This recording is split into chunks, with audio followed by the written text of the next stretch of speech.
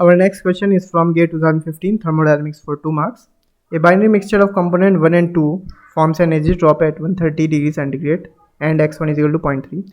The liquid phase non-ideality is described by this, where gamma 1, gamma 2 are the activity coefficient, x1, x2 are the liquid phase mole fraction for both components. The fugacity coefficients are 0.9 at the azeotropic composition. Saturated vapor pressure at 130 degrees centigrade are this. P2 sat is equal to 30 bar. The total pressure in bars for the above azeotropic system is. Let's start with the solution. You can see here. According to modified Raoult's law will be given as partial pressure will be equal to x1 gamma 1 p1 sat. For Raoult's law there will be x1 p1 sat only. You know that. For modified Raoult's law it will be gamma, activity coefficient will be there, right? For non-ideal vapor, you know that according to Dalton's law, if there is a ideal gas, then we will write it as partial pressure of any component will be mole fraction of that component into total pressure.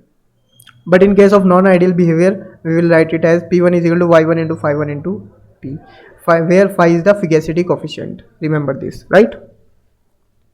Now, we know these two. These two are the partial pressures, so we will equate these two equations. From this we get x1 gamma 1 p1 sat is equal to y1 phi1 is into p, right? For azeotrope, we know that whenever there is azeotrope, then it will be x1 is equal to y1.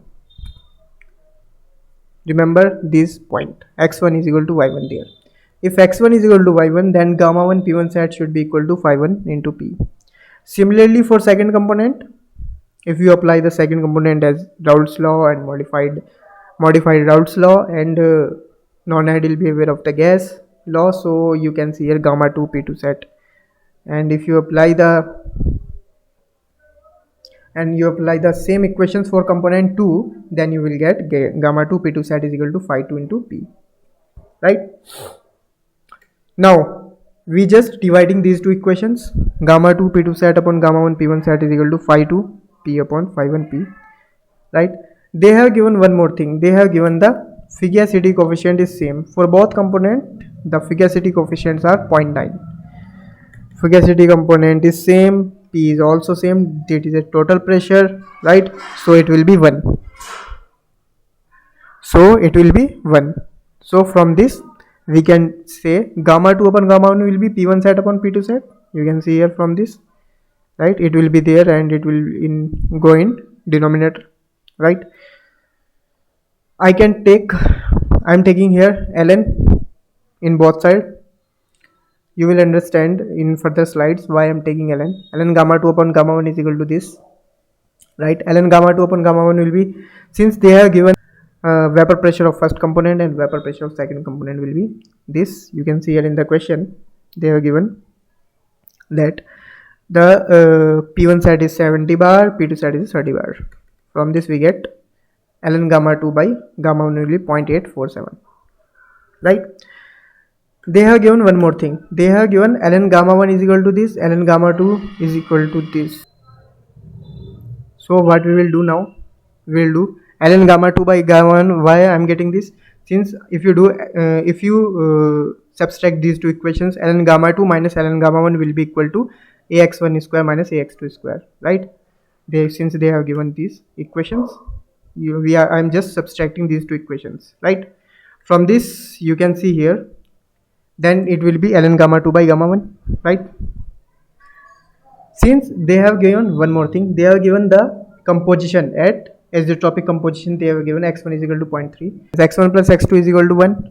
From this we get, after solving, and I have calculated already ln gamma 2 by gamma 1 is 0.847, right?